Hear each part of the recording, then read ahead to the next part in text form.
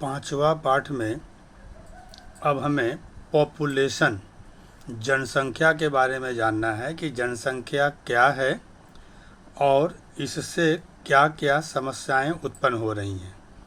तो अगर जनसंख्या की परिभाषा हमें कहनी हो तो किसी स्थान पर निवास करने वाले व्यक्तियों की संख्या को ही हम आबादी या जनसंख्या कहते हैं।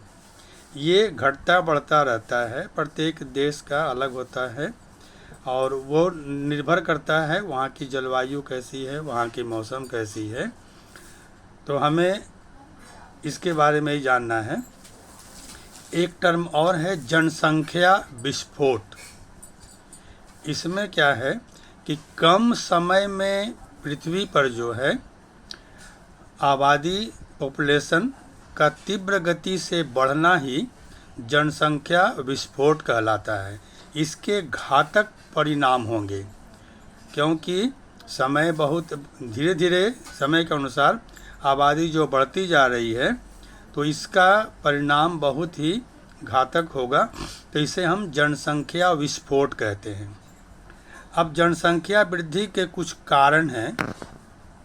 सबसे पहला, आजकल प्राचीन तरीका से खेती नहीं होती है, वैज्ञानिक तरीका से खेती करने से अब क्या हो रहा है कि हमारा जो कृषि है इससे अनाजों का, फलों का, सब्जियों का उत्पादन में वृद्धि हो जा रहा है, जिससे अब इसकी कमी नहीं हो पा रही है।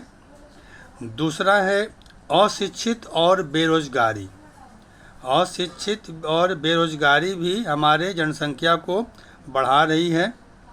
पहले जो नवजात शिशु का जन्म होता था वो विभिन्न प्रकार के बीमारी से या चिकित्सा के अभाव में वो उनकी मृत्यु हो जाती थी, किंतु उनके मृत्यु दर में काफ़ी कमी आ गई है, जिससे भी जनसंख्या में वृद्धि हो गई है।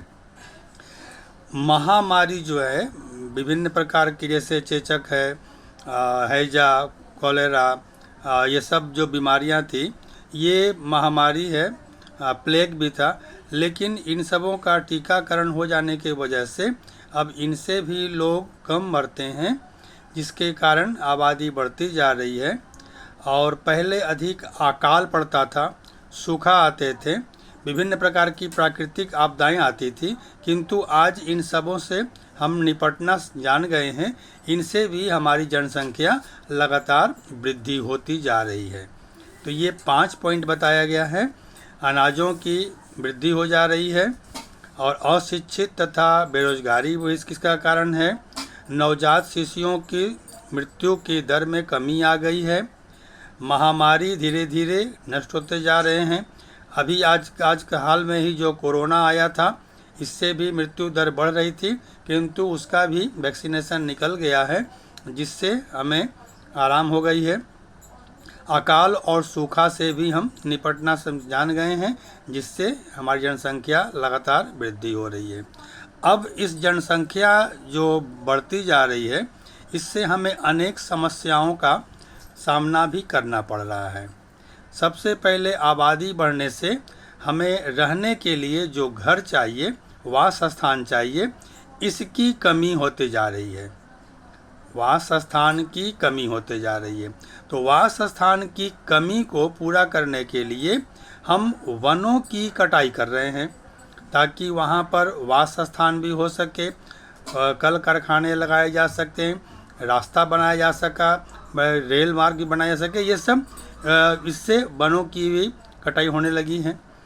अब वास स्थान केवल वन पर ही नहीं है, हम जिस भूमि में कृषि करते थे उस भूमि को भी अब धीरे धीरे कम कर दिया गया है। उस भूमि पर हम जमीन घर बना दे रहे हैं, उससे भी कृषि भूमि हमारा दिनों पर दिन कमता जा रहा है।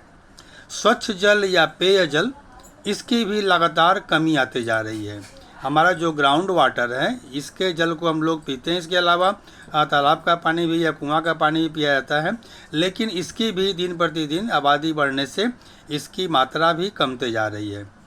आबादी बढ़ने से यान वाहन का संख्या बढ़ रहा है, कल कारखाने लगाए जा रहे हैं, जिससे वायु और जल प्रदूषण तथा मिट्टी प्रदूषण भी हो रहा है। ये भी एक समस्या है। और अधिक आबादी जब हो जा रही है तो कितना भी हम कृषि आधुनिक तरीक़ा से कृषि करें, किंतु अनाज की कमी होती जा रही है, यह भी एक समस्या है। और अंत में ग्लोबल वार्मिंग जो पहले बताया गया था, ये जो हमारा बहुत सारे जो गैसेज हैं, हानिकारक गैसेज, इनसे ग्लोबल वार्मिंग होता है। तो ये ग्लोबल वार्मिंग भी हमारे पृथ्वी के तापक्रम को बढ़ा दे रहे हैं, जिसका बहुत ही बुरा परिणाम हो रहा है। तो ये सब आबादी बढ़ने के कारण ही ये सब समस्याएं उत्पन्न हो रही हैं।